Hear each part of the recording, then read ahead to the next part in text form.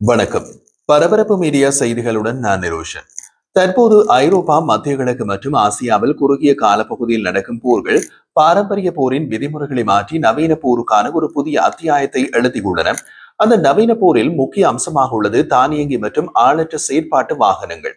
இரண்டாம் உலக போர் மற்றும் ஈராக்கிய போரில் போர் விமானங்களும் வானில் துரத்தி துரத்தி தாக்கிய காலம் போய் இப்போது உக்ரைன் வானில் ஆளற்ற விமானமும் மற்றும் ஒரு ஆளற்ற விமானமும் துரத்தி துரத்தி தாக்குதல் நடத்தும் போர் முறை வந்துவிட்டது. அதற்கு ஏற்ற விதத்தில் பல நாடுகளும் தத்தமது ராணுவ திறன்களை மாற்றிக்கொள்ள தொடங்கிவிட்டன.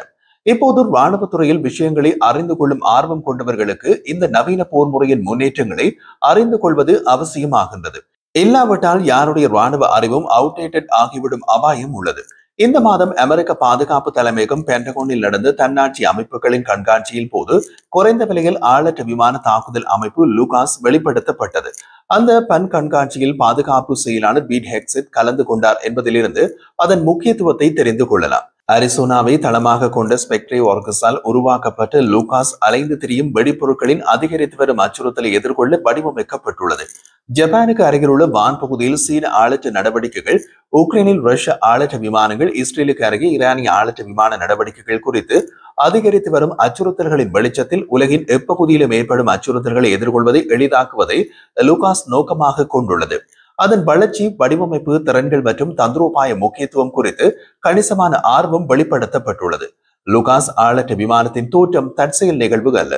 குறைந்த விலை காமிகேஸ் அல்லது தற்கொலை ஆளற்ற விமானங்களின் உலகளாவிய பெருக்கத்தால் இயக்கப்படும் நவீன போரின் மாற்றத்துக்கு இது நேரடி பிரதிபலிப்பு. ஈரானின் ஷாஹிட் 136 டெல்டா விங் காமிகேஸ் ஆளற்ற விமானம் ஒரு குறிப்பிடத்தக்க உதாரணமாக செயல்பட்டு உக்ரைனில் ரஷ்யாவும் மத்திய கிழக்கில் ஈரானிய ஆதரவு பெற்ற குழுக்களும் பாரம்பரிய வெடிமருந்துகளுடன் ஒப்பிடும்போது கணிசமாக குறைந்த செலவில் இலக்குகளை துல்லியமாக குறிவைக்க பயன்படுத்தின. ஷாஹிட் 136 குறைந்த விலை மற்றும் நீடிக்கப்பட்ட வரம்பு மேற்கத்திய ஆயுத கிடங்குகளில் உள்ள இடைவெளிகளை வெளிப்படுத்தியது. அவை வரலாற்று ரீதியாக MQ-9 ரீப்பர் போன்ற விலை உயர்ந்த மீண்டும் பயன்படுத்தக்கூடிய ஆளற்ற விமானங்களை சார்ந்திருந்தன. நவீன போருக்கு அமெரிக்கா கொடுத்துள்ள பதில் லூகாஸ் அமைப்பாக உருவானது. இது 600 கிலோ வரை வெடிப்பொருட்களை சுமந்து செல்லும் திறன் கொண்டது மற்றும் 18,000 அடி உயரத்தில் பறக்கிறது. அதாவது ஈரானிய ஷாஹிட் 136 ஆளற்ற விமானத்தை தரையிலிருந்து இயந்திர துப்பாக்கியால் சுடுவது போல 18,000 அடி உயரத்தில் பறக்கும் லூகாஸை சுட முடியாது. லூகாஸின் வடிவமைப்பு ஷாஹிட் 136 உடன் காட்சி மற்றும் செயல்பாட்டு ஒற்றுமைகளை வெளிப்படுத்துகிறது. இது நீண்ட தூர அலைச்சலுக்கு உகந்ததாக ஒரு முக்கோண டெல்டாவிங் இறக்கை வடிவமைப்பை காட்டுகின்றது. ஆனாலும் கூட இது பொறியியல் மற்றும் பல்துறையின் அடிப்படையில் ஈரானிய ஷாஹிட் 136 ஆளற்ற விமானத்திலிருந்து கணிசமாகவே வேறுபடுகிறது. 2 சிலிண்டர் DA215 என்ஜின் மூலம் இயக்கப்படும் லூகாஸ் ஷாஹிட்டின் 4 சிலிண்டர் லிம்பாச் L550E குளோனுடன் முரண்படுகிறது. லூகாஸ் 2 சிலிண்டர் என்ஜின் மூலம் இயக்கப்படுவதால் மேம்பட்ட எரிபொருள் திறன் மற்றும் குறைக்கப்பட்ட ஒலி கையொப்பத்தை வழங்குகின்றது. அதன் திறந்த கட்டமைப்பு, உளவு சென்சார்கள், மின்னணு போர் தொகுதிகள் மற்றும் வெடிக்கும் போர் முனைகள் உட்பட பல்வேறு சுமைகளுக்கு இடமளிக்கிறது. இதன் மூலம் பெரிய அளவிலான மிஷன் ராணுவ நடவடிக்கைகளுக்கான திறனை எளிதாக்குகிறது. ஆளற்ற விமானத்தின் தகவமைப்பு திறன் ஒரு அடிப்படை நன்மையாகும். ராக்கெட் உதவி டேக் ஆஃப், RITO மற்றும் ட்ரக் அடிப்படையிலான வரிசைப்படுத்தல் உட்பட பல்வேறு ஏவுதல் முறைகளுக்கு லூகாஸ் இடமளிக்கிறது. இதன் மூலம் குறைந்த நிபுணத்துவம் பெற்ற ஆபரேட்டர்களாலும் இயக்கப்படக்கூடிய விதத்தில் இது உள்ளது. ஒற்றை பயன்பாடு ஷாஹிட் 136க்கு மாறாக உளவு பணிகள் போன்ற நடவடிக்கைகளில் லூகாஸ் மீண்டும் பயன்படுத்தலாம். அதாவது ஷாஹிட் 136 போல தற்கொலை ஆளற்ற விமானமாக பயன்பாடு மட்டுமின்றி ஒரே விமானத்தை மீண்டும் மீண்டும் பயன்படுத்தலாம். இதன் மூலம் அதன் செலவு திறனை மேம்படுத்துகிறது. இது 28V மற்றும் 12V மின் விநியோகங்களில் இயங்குகிறது. பெரிய அளவிலான சுமைகளை ஏற்றிச் செல்ல அனுமதிக்கிறது.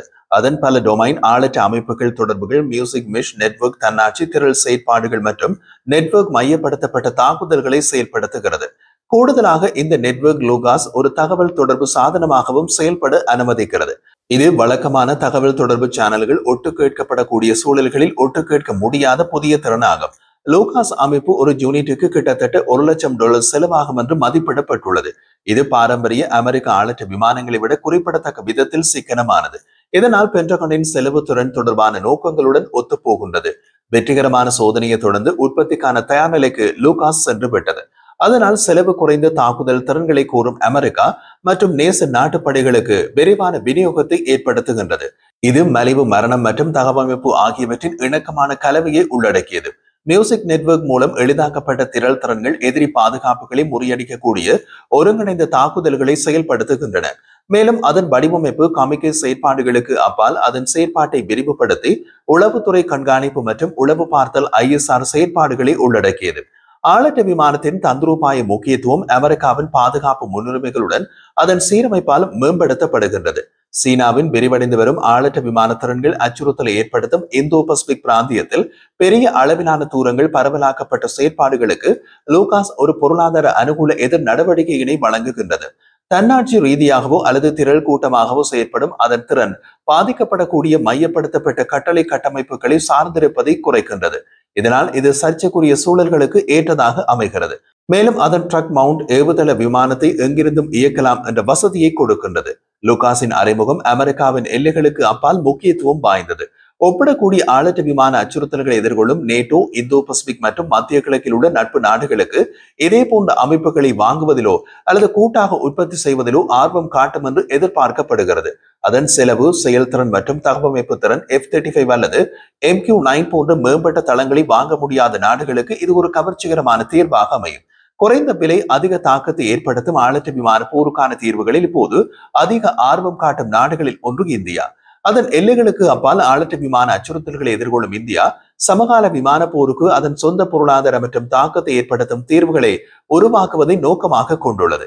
இந்தியாவின் உள்நாட்டு தயாரிப்புகளில் முக்கிய அங்கமாக குறிப்பிடப்படும் ஆல்பா-S வானில் ஏவப்படும் நெகிழ்வான திரள் அமைப்பு, நாகஸ்திரா-1 மற்றும் விமான கண்காணிப்புக்கான தந்திரோபாய மேம்பட்ட தளம் TAPAS BH-201 உட்பட அலைந்து திரியும் வெடிப்பொருட்களும் செலவு செயல்திறன் அளவிடுதலுக்கு முக்கியத்துவம் கொடுத்து வடிவமைக்கப்பட்டவை.